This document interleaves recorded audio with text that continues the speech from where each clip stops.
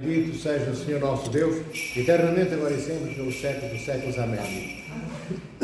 Quero lembrar a todos, para que possam, aqueles que tiverem a possibilidade de o fazer, de reagendarem as vossas vidas e os vossos compromissos, para podermos estar presentes na celebração da festa, que é anual, que a maioria de vós conhece, do mosteiro, que este ano ocorrerá. Bem, sempre ocorre no primeiro domingo do mês. A data que oscila este ano coincide com o dia 6 de setembro. E é natural que eu tenha grande enlevo e alegria em ver-vos a todos e a todos, aqueles todos e todas que não estão hoje na igreja, mas passai a palavra àqueles que puderem passar. Eu também irei lembrar a todos, oportunamente, mais próximo da festa, porque se o fizer agora por escrito, corro o risco de depois esquecerem que leram a mensagem. Eu sei que os seres humanos são assim. Se se envia muito em cima da hora, é porque às vezes o terapeuta deveria ter enviado mais cedo e já não temos tempo de alterar a nossa vida. Se eu envio muito cedo, o senhor enviou uma mensagem, entendem, filhos? Então vou dizendo hoje, na próxima semana diz o senhor reitor, e depois eu envio a mensagem de hoje. Lembrai-vos que não é apenas uma festa por ser apenas uma festa, como as festas do mundo. Dá a impressão que na igreja andamos sempre em festa. Andamos sempre a lembrar-nos em cada festa da festa eterna e ininterrupta, daquela que é imorredoira, que não morre, que é a nova Jerusalém Celeste e a nossa permanente estada com Deus para aqueles que entrarem na nova Jerusalém Celeste, no Reino dos Céus. Para isso, antes temos que chegar ao paraíso, a chegar depois da nossa morte física, biológica, enquanto os nossos corpos adormecem nos cemitérios, as nossas almas aguardam, assim diz a Igreja, no paraíso, ainda que, por misericórdia de Deus, as almas dos nossos entes queridos que estão no paraíso não têm noção da passagem do tempo, isto é, não têm noção deste tempo cronológico, o que seria angustiante para elas, ou para todas, ou para quase todas, porque elas estão vivas, as almas, elas estão mais despertas do que estavam no mundo, porque não têm mais aqueles e aquelas que estão no paraíso, não têm mais o assédio dos apelos deste mundo. Estão santos entre santos e santas, junto dos poderosos anjos do Senhor. Assim no paraíso se encontram aqueles que partiram. Entendem, filhos? Então, como as almas estão mais vivas ainda do que aqui na terra, por causa do que eu acabei de dizer, se tivessem a noção da passagem do tempo como nós temos, nós pensamos, mas quando é que virá o Senhor, nosso Senhor Jesus Cristo? A Igreja diz-nos que a segunda vinda acontecerá, e isso é apodítico, é inequivocamente inalterável. O Senhor virá, mas nós muitas vezes gostamos de especular e pensamos de quando daqui a 20 mil anos, daqui a 2 milhões de anos, daqui a 500 milhões de anos, daqui a 3 anos, nós não sabemos. Mas às vezes colocamos a hipótese de ser muito distante esse dia do dia de hoje. As almas não têm essa possibilidade de especular como nós. Estão protegidas pelo amor de Deus. Quando o Senhor vier pela segunda vez ressuscitar os mortos e os vivos, as almas que estão no paraíso, bem, Deus quer que as nossas também, quando partimos deste mundo ao paraíso, possam ascender por misericórdia de Deus. Possivelmente, os padres da Igreja, a noção que terão da temporalidade decorrida entre o momento da morte e o momento da ressurreição poderá parecer-lhes, às almas que estão no paraíso, de poucos minutos. Ainda agora morri e já agora o Senhor me ressuscitou. É algo assim, segundo dizem os padres da Igreja. Não há aquela noção de longura ou de longura de milénios, porque seria angustiante. Porque elas não têm o seu corpo, o corpo está no cemitério e não foi ressuscitado. E a alma sente falta da plenitude que ela tinha e perdeu. Perdeu momentaneamente, mas perdeu. Não é a pessoa humana está separada, como já vos disse, N vezes. E Deus tem este carinho, protege estas almas, para que não tenham nem angústia nem dor que poderia sobrevir ou decorrer desta noção, se tivessem correta e exata realidade do tempo como nós temos, desta temporalidade cósmica. Então a festa, voltando à festa do mosteiro, a festa não é importante só porque vamos comer. Nós não somos mundanos. Vivemos no mundo, mas não queremos ser mundanos. Nós queremos ser homens e mulheres que têm uma alma e um corpo litúrgicos, sacerdotes do Senhor nosso Deus, príncipes e princesas da casa real deste Deus eterno. Mas amamos o mundo. Vivemos no mundo. Amamos o mundo para quê? Para que o mundo seja transformado. Nós choramos pelo mundo ser assim. Amamos o mundo no potencial que o mundo tem de ser outra coisa para além daquilo que é hoje, que é aquela transfiguração e aquela transformação de toda a criação de Deus.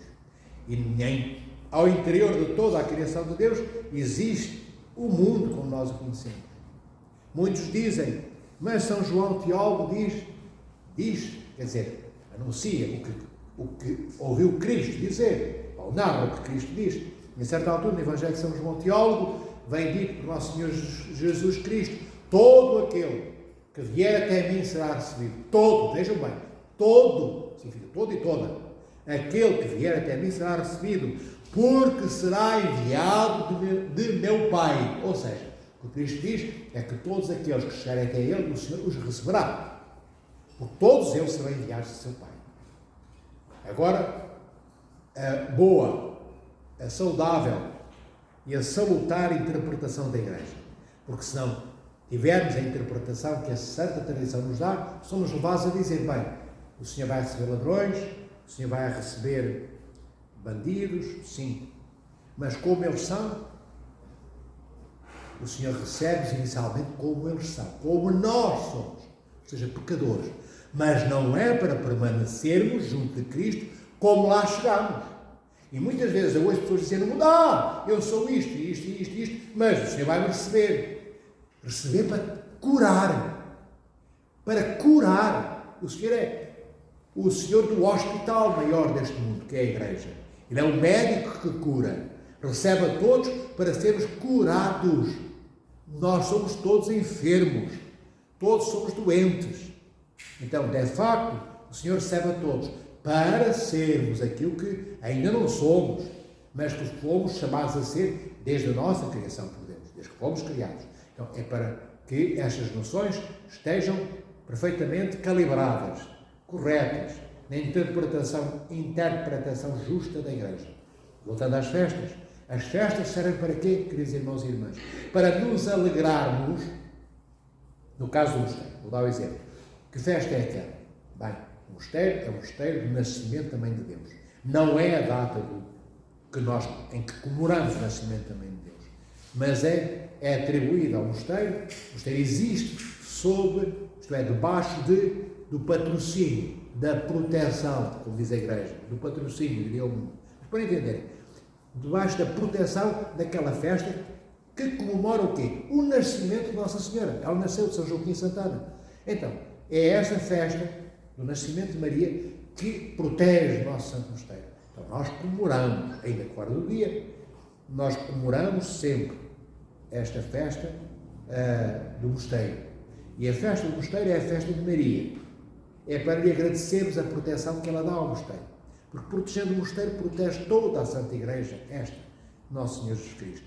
E depois também, porque quando nos juntamos todos e todas para darmos a ação de graças a Maria, isto é, agradecermos, manifestarmos, apresentarmos, demonstrarmos a nossa gratidão, que é o que significa a ação de graças à Nossa Senhora, nós constatamos que, quando olhamos à esquerda, se não fecharmos os olhos, evidentemente, e à direita, em frente e atrás, vemos quem? Outros e outras cristãos ortodoxos e ortodoxas como nós, cristãos.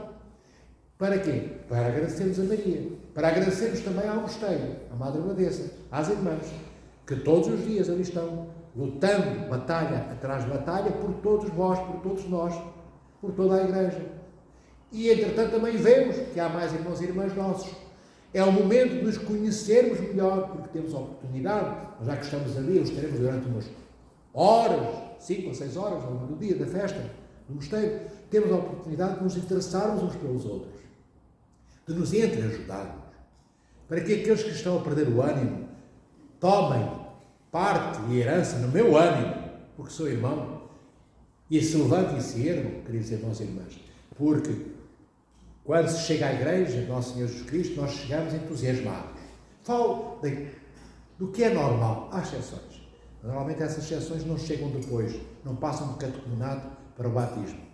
Raramente acontece. Então, normalmente chega-se ao batistério, ao batismo, com um fervor de alma que é espelhado no entusiasmo manifestado até pela gestualidade dos nossos corpos, pelos sorrisos que anunciam uma alma jubilosa pelo batismo que recebeu, mas ao fim de 6 meses a 2 anos, esta é a normalidade desta anomalia que acontece na igreja, aqueles que são recebidos na igreja pelo batismo de Nosso Senhor Jesus Cristo, ou de outra forma, recebidos, começam a esmorecer, começamos a fenecer, começamos a secar na nossa alma, primeiro por fora.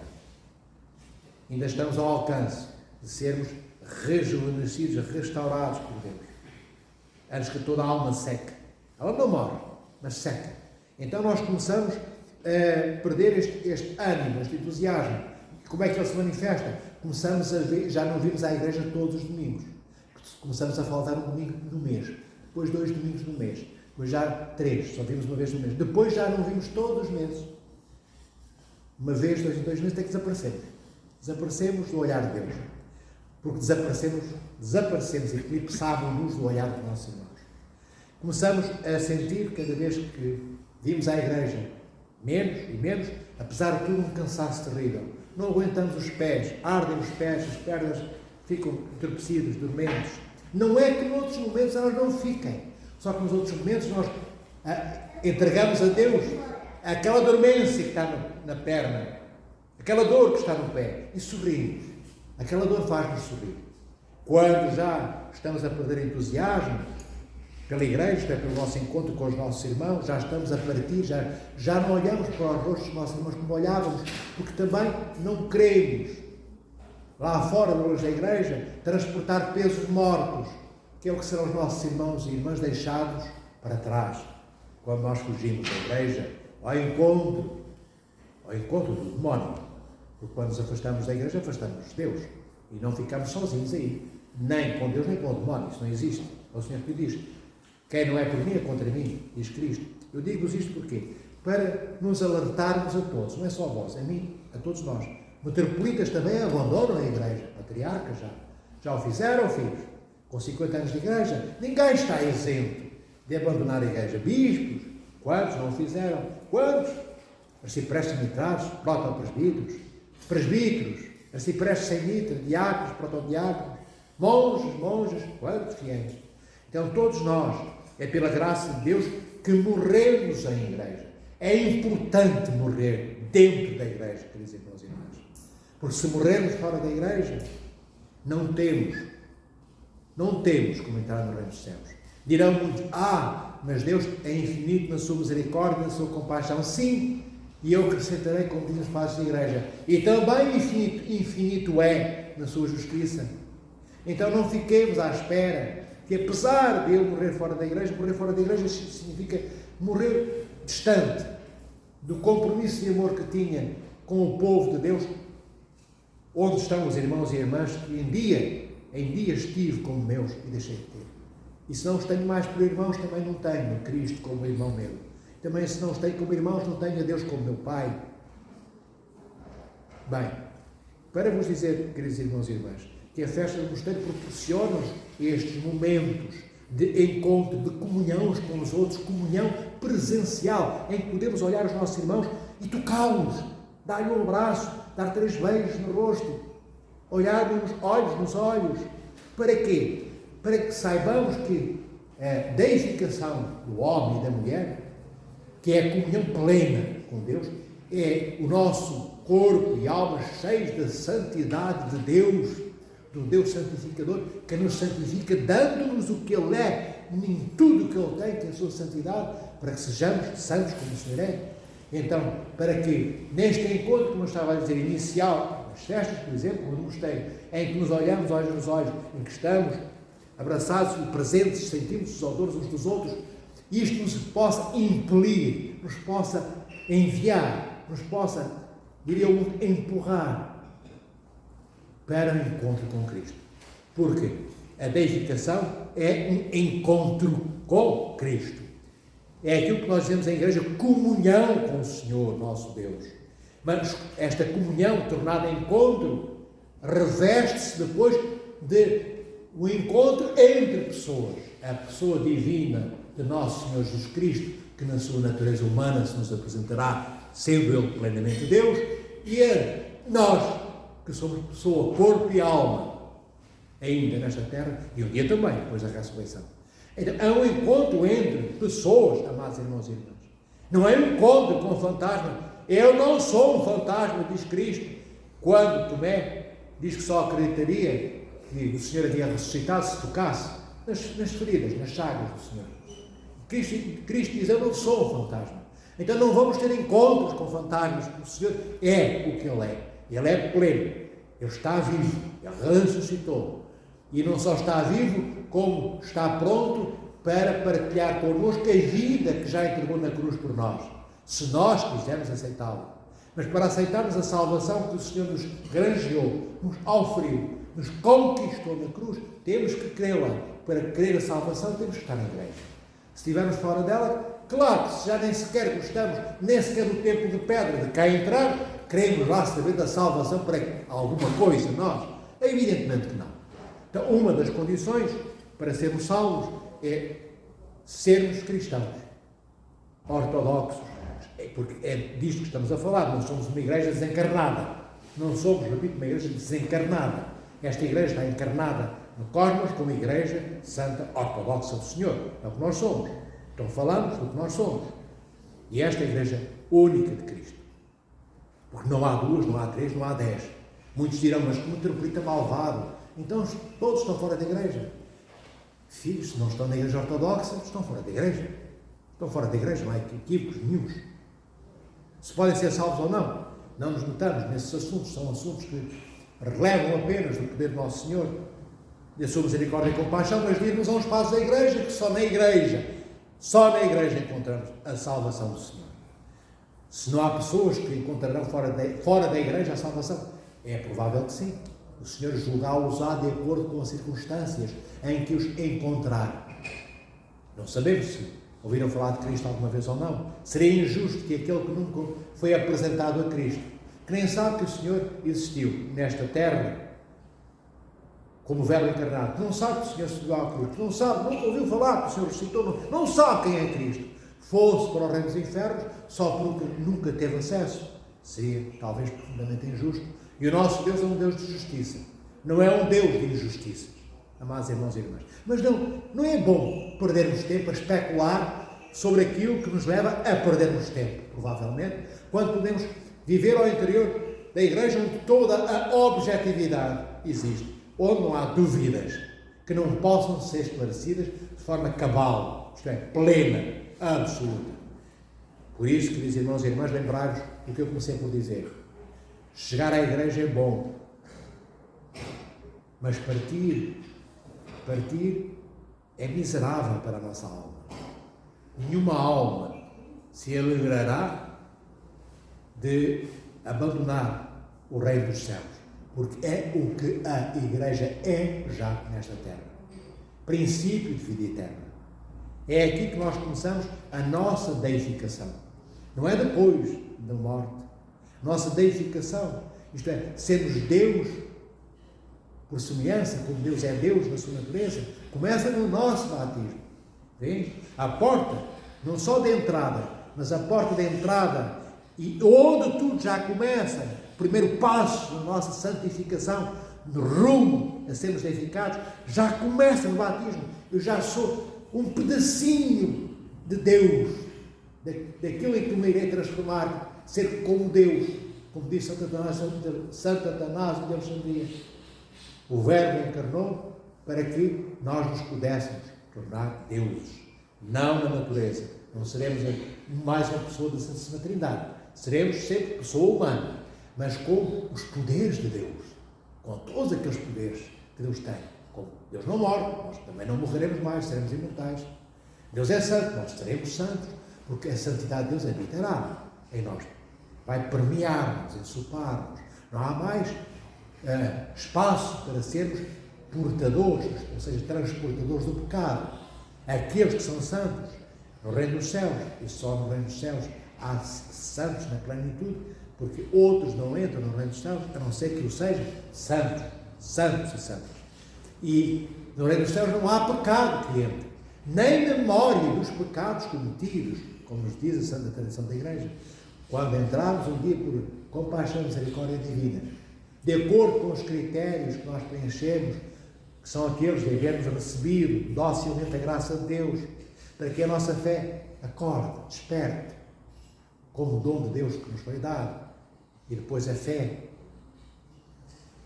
que é o combustível, a graça que é o combustível para que a fé desperte, possa daí conduzir a pessoa humana, corpo e alma, à realização das obras de amor, não daquelas obras da lei, das quais fala São Paulo, quando o Senhor aqui, o apóstolo Paulo, diz que ninguém será salvo pelas obras da lei. Os nossos como é que se diz? Conterrâneos, porque vivem no mesmo planeta que nós, os protestantes evangélicos, interpretam isto no sentido de dizerem que só somos salvos, não é? Pela fé, não pelas obras. Esquecem, porque não têm tradição de igreja, que estão a interpretar errado o que diz o apóstolo São Paulo. Porque o apóstolo São Paulo está a falar de uma especificidade de obras, que são as obras da lei. Está escrito, obras da lei, diz São Paulo. O que é que são as obras da lei? São os atos que o povo de Israel realizava no Antigo Testamento. E as obras da lei, então, eram o quê? Os rituais que eram celebrados, de acordo com o ritual judaico, eram as festas que eram celebradas também, e eram as diretrizes e as normas, os cardápios da alimentação do povo judaico. Estas eram as obras da lei. É isto. Bem, e a circuncisão, que existia no Antigo Testamento e que no Novo passou a ser desnecessária. É destas obras que São Paulo está a falar. E que está a dizer que por estas, no Antigo Testamento, ninguém encontrará a salvação. Porquê? Porque o Senhor já veio. O Verbo encarnou. Ele está ali. O Senhor corrigiu o que estava errado. O Senhor elevou toda a lei do Antigo Testamento à sua plenitude, à perfeição, dando-lhe aquilo que ela não tinha, o que significa elevar na plenitude à perfeição plena. Entendem? Porque São Paulo, a certa altura depois, diz que no dia do juízo final seremos recompensados de acordo com as nossas obras. Então vejam bem, se tivéssemos uma memória minimamente a funcionar, se agora estou a dizer que somos salvos só pela fé, porque São Paulo diz que ninguém é salvo pelas obras, então depois esqueço na mesma Sagrada Escritura que o mesmo apóstolo que está a dizer que eu não sou salvo pelas obras da lei, serei salvo pelas obras do juízo final. Ai de mim, se não apresentar obras diante do Senhor. É o mesmo apóstolo que diz isto. Só se for esquizofrénico, bipolar, São Paulo, ou bipolar ou esquizofrénico, pelo menos deveríamos chegar a esta conclusão. Claro que São Paulo não é esquizofrénico nem bipolar. Ele fala das obras da lei e depois fala das obras de amor. É destas obras de amor que deveremos dar contas a Deus. Isto a propósito, devo dizer que é necessário para sermos santificados e entrarmos no reino dos céus apenas e única e exclusivamente pela misericórdia e compaixão divinas, ou seja, pela graça, é o que isso significa. Ainda assim estava eu a dizer, antes deste périplo todo, que é necessário preenchermos os critérios mínimos para ficarmos ao abrigo da compaixão e misericórdia divinas. E os critérios mínimos é sermos receptáculo da graça de Deus, para não termos desculpa de dizer, eu não tenho fé, porque a graça acorda, abana a nossa fé. Todos temos fé. Aqueles que dizem que não têm fé, dizem que não têm fé porque nunca souberam que receberam esse dom da parte de Deus, como nunca sentiram dentro de si mexer essa fé acordada, não dizem que não têm. Temos sim, todos nós. É como dizemos que não tenho nariz, só porque não tenho sensibilidade nos dedos, ou nunca perguntei a ninguém para tocar-me, para olhar para o meu rosto. Bem, se eu fosse cego, não vejo o nariz. Bem, pedisse a alguém que me visse por mim, ou que tocasse porque eu sou insensível. Bem, algo do género. Porque todos nós nascemos com o nariz, não temos agora que olhar, virar uns chicos perto e dizer: mas há quem não tem nariz, nasceu sem nariz. Não é desses que estamos a falar, nem dessas. Isso é um em 100 mil, são as exceções, mas todos nascemos com o nariz. Da mesma forma, a todos é dado o dom da fé, amados irmãos e irmãs, é o que eu quero dizer. Então a nossa fé tem que despertar, mas ela só desperta se nós tivermos docilidade, se formos doces como o mel que os ursos comem ou gostam de comer na floresta. Doces como mel, para aceitarmos a graça de Deus. Para aceitarmos a graça de Deus, o que é necessário? Reconhecermos as nossas fragilidades, assumirmos que somos fracos, assumirmos que não somos heróis, que não somos guerreiros invencíveis, nem coisa parecida. Então, eu sei que sou pequenino, pequenérrimo, que sou frágil e fraco, então preciso da graça de Deus. A graça de Deus é o poder, e nesse poder todos os poderes que o Senhor tem nos são dados nessa graça, e essa graça vai então soprar, como a brisa suave se encosta ao nosso rosto nos dias em que ela existe. Nós sentimos, não é? Aquele ventinho suave no nosso rosto. Então também a graça de Deus é como essa brisa, só que em vez de tocar o nosso rosto, toca esse dom, esse tesouro, esse património, essa arca onde está o dom da nossa fé. E a fé acorda, abre as pestanas, lava o rosto, penteia-se e está pronto para batalhar. Para batalhar fazendo o quê? Realizando as obras do Senhor que a despertou, que é o Senhor nosso Deus Salvador Jesus Cristo.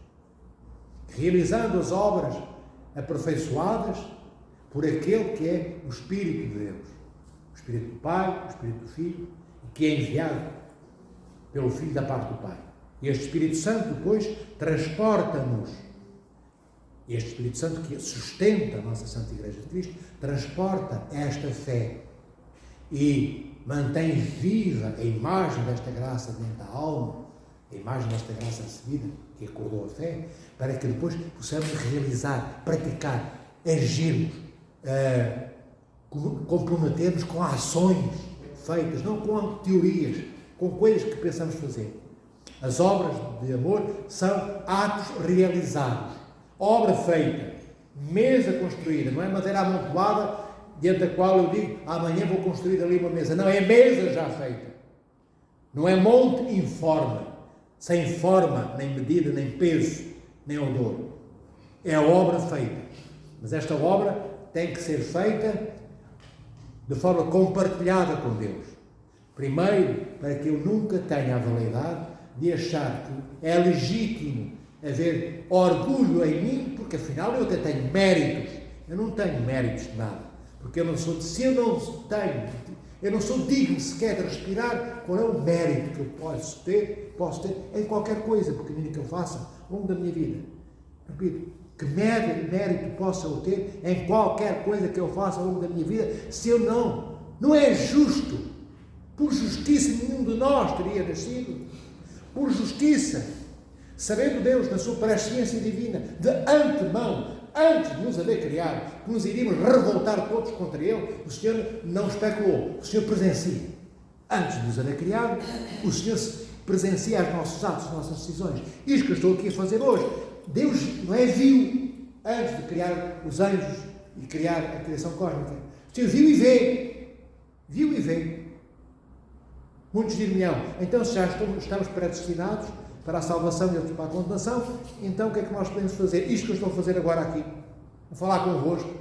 Todos os dias pedimos ao Senhor nosso Deus que queremos encontrar-nos com Ele, comungar com os nossos irmãos e irmos para o reino dos céus, que nos afaste, nos dê força para que nunca odiemos o mundo, mas que possamos ser transportadores de transformação para o mundo. E isto que eu estou a fazer e que estou a dizer, Deus viu e vê antes da formação do mundo. Mas se eu agora estivesse aqui a fazer outra coisa qualquer, a dizer que eu vou embora da igreja, Deus nos proteja disso acontecer, a mim sobretudo.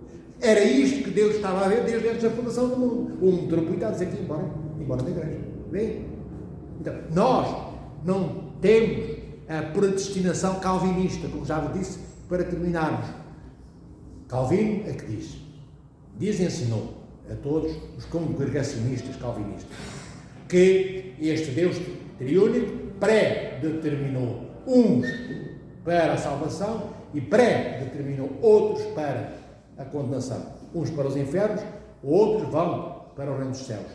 Por decisão discricionária, diz Calvino, de Deus. Não há presciência divina. Isto é, em Calvino Deus não vê nada de antemão. Deus decidiu, porque é Deus que uns vão morrer nos infernos, isto é, viver nos infernos por toda a vida, e outros no reino dos céus. Uns serão condenados e os outros serão salvos.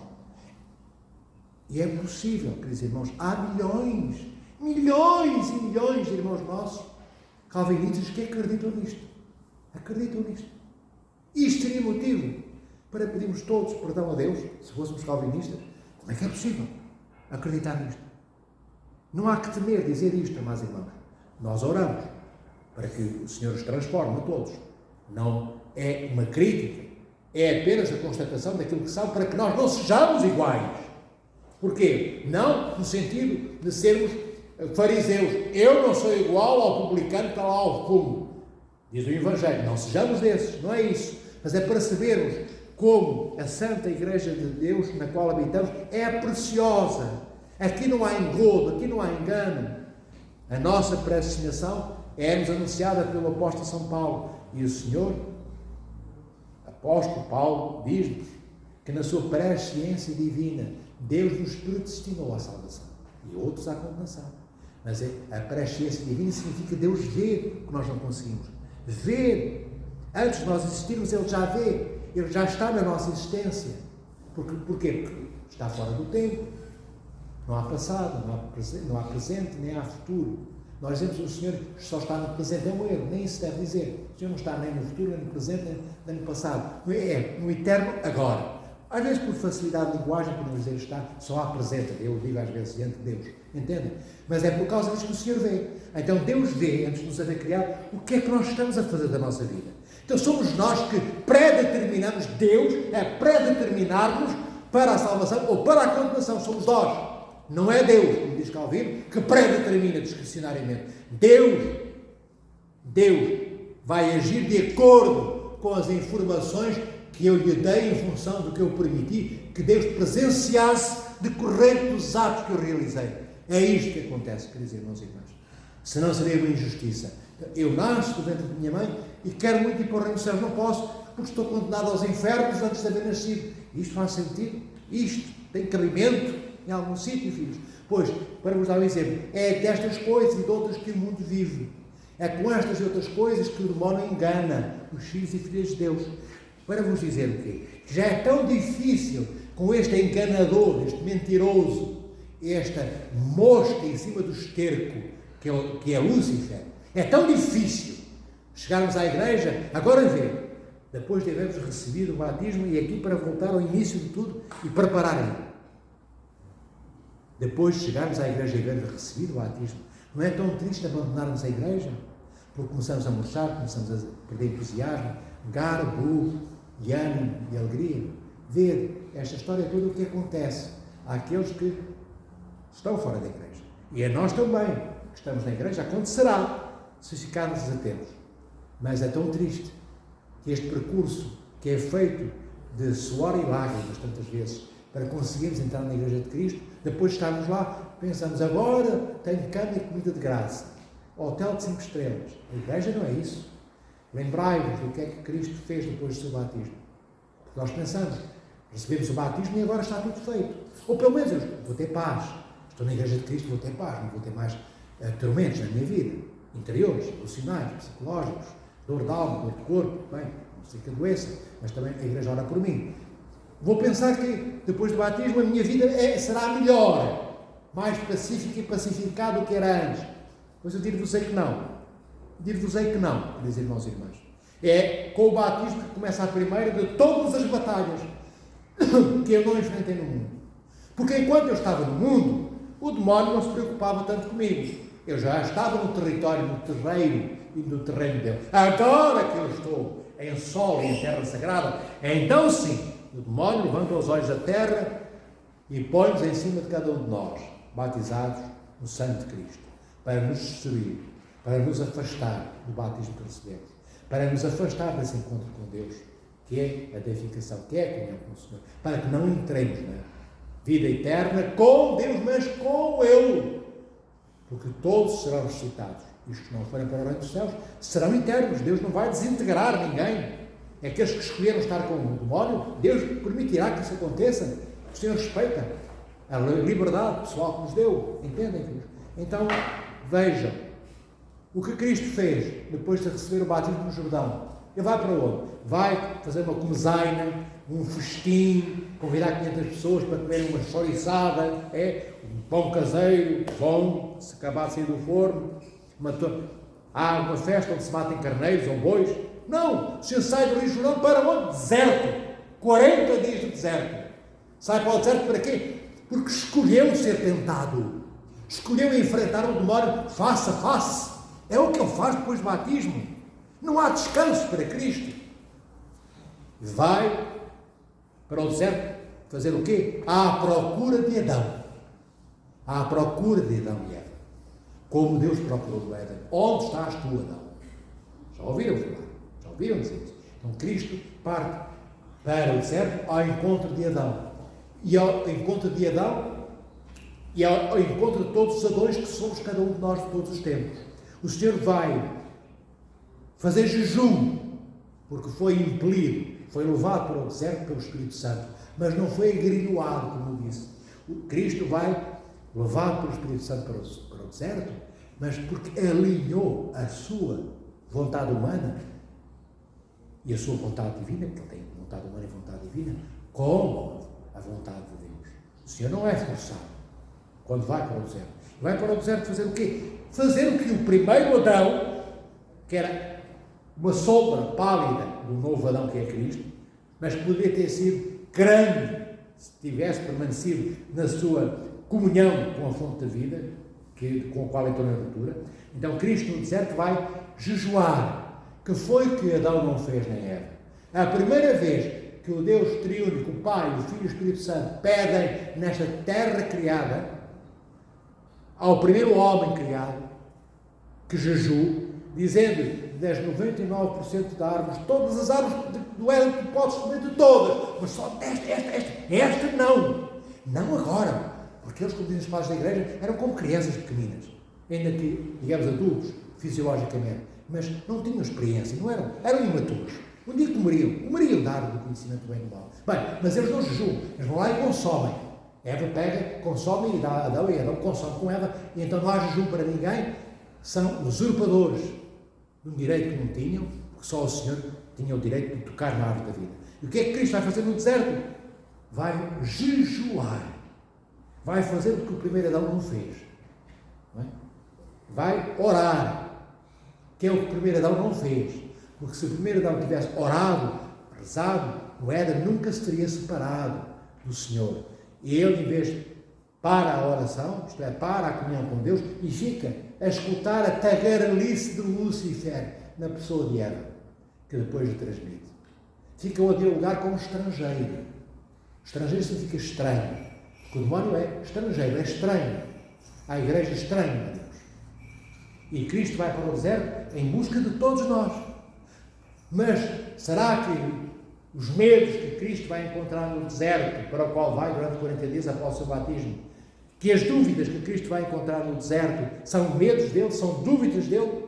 Terá Cristo, porventura, medos no deserto e dúvidas? Pois não. Pois não tem, queridos irmãos e irmãs, como nos dizem os santos padres da igreja. Ou não é o Senhor aquele sobre o qual repousa o Espírito de Deus, o Espírito do Pai? Ou não é aquele Cristo que no Rio Jordão, o Pai, em função do qual o Pai diz: este é o meu filho muito amado, no qual eu me comprazo. Então, se aquele que vai para o deserto é aquele que está cheio do Espírito Santo e aquele no qual o Pai se compraz, isto é, no qual o Pai se alegra, certamente que os medos que Cristo vai enfrentar no deserto não são os dele, se não são os dele, nem as dúvidas dele são de quem? São os nossos medos e as nossas dúvidas. São essas que o Senhor vai no deserto enfrentar para nos dizer, no 40º dia, quando sai do deserto, que eu saí do deserto. Vós também podem sair comigo. Se assumirdes comigo o que eu assumi para vós. Se a salvação que eu vos tenho para entregar, cada um de vós a aceitar, então também saireis do deserto, sem medos nem dúvidas, porque eu saí do deserto. Assim é o que o Senhor diz. Mas para aceitarmos a salvação de Cristo, pela qual só Cristo tem mérito, nós não podemos fazer nada para matar a morte, só Ele que matou, não foi? Então não temos méritos nenhum. Mas a salvação de Cristo nunca nos será entregue, nunca será a nossa salvação se nós não a quisermos. Temos que a querer, receber. E para querermos receber a salvação, temos que assumir com Cristo, não sozinhos, com Cristo, o que Cristo assumiu. O que é que Ele assumiu? Os nossos pecados, porque Ele nunca teve nenhum em inocente. O que é que Cristo assumiu? Subir à cruz e lá morrer. Bem, e lá ressuscitou, depois de haver saído do lado, com os justos todos pela mão. Então, nós temos, quando aceitamos a salvação, não é só a ressurreição, é a ressurreição com aquilo que está antes da ressurreição, a crucifixão do nosso Senhor Jesus Cristo. É isto que nós somos chamados depois do batismo a fazer, queridos irmãos e irmãs. Então temos uma cruz porque já não basta tristezas antes do batismo que tivemos no mundo, agora vamos ter mais tristezas dentro da igreja, mais tristezas, não, vamos ter mais alegrias, porque agora não batalhamos sozinhos, agora batalhamos com Cristo ao nosso lado, adiante de nós e ao nosso lado. Já não andamos mais solitários no deserto. O Senhor foi para lá sozinho, do ponto de vista da sua natureza humana. Nós nem nisso estamos sós, porque temos nesta igreja os outros Cristos, que são as nossas irmãs, os nossos irmãos físicos, biológicos, que se eu os chamar para junto comigo, eles virão. Muitos virão. Então, depois do batismo, queridos irmãos e irmãs, eu tenho que enfrentar todas as batalhas, mas não só. Sim, com Cristo, com a graça do Senhor nosso Deus, aprendamos que não estamos sós e que aquela salvação de Cristo, relativamente à qual nada posso fazer, nada aumentar, nem nela nada diminuir, é minha, na medida em que eu quiser ser crucificado com Cristo. Pega, nega-te a ti mesmo, pega na tua cruz e segue, diz o Senhor alguns.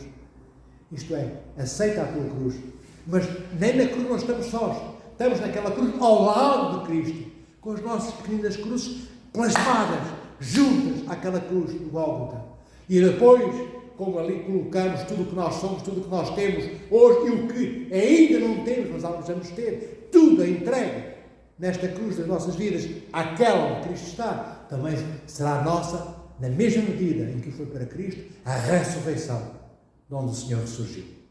Da morte para a vida, vida para nós, porque vivos já o Senhor era. O Senhor é Deus. Bem, mas na sua humanidade era necessário ressuscitar. Bem, ficamos por aqui. Isto a propósito da festa do mosteiro. E a propósito de sermos vigilantes. Se não tivermos vigilância, o demónio leva-nos para fora da igreja, como as ondas do mar, que parece que respeitam o areal. E de repente, lá vem uma onda que varre a areia toda. E depois muitos são arrastados quando a água recolhe ao mar, são levados pelas águas que invadiram a areia, o areal. Assim o demónio tenta varrer a igreja, limpando a igreja, matando todos os seus filhos, na apostasia. O que é a apostasia? É quando nós abandonamos a nossa fé, quando abandonamos Cristo. Então estejamos atentos. É por isso que eu vos estou a dizer, filhos. Mas para vos dizer, basta estarmos atentos. O demónio não terá nenhum poder sobre nós. Nenhum. Nós é que estamos mandatados para acorrentar o demónio em nome de nosso Senhor Jesus Cristo e somente no seu nome, pelo seu nome, pelo seu corpo e pelo seu sangue ao qual comungamos. Mas nós somos daqueles que fomos criados para acorrentarmos o demónio como Cristo fez, para expulsarmos os demónios em nome do Senhor nosso Deus e nosso irmão que é Cristo. Então não somos daqueles para sermos varridos como as areias do mar, pelas águas marítimas. Nós não somos na igreja para sermos varridos pelos demónios deste mundo nem do outro. Tenhamos isto no nosso coração, na nossa mente, na nossa alma, para podermos estar vivos. É preciso estarmos vivos, não só na carne, vivos também na alma, para este encontro pessoal com Cristo. Que o Senhor os proteja, guarde, por todos os dias de vocês. Lembrem-se da festa do mosteiro, dia 6.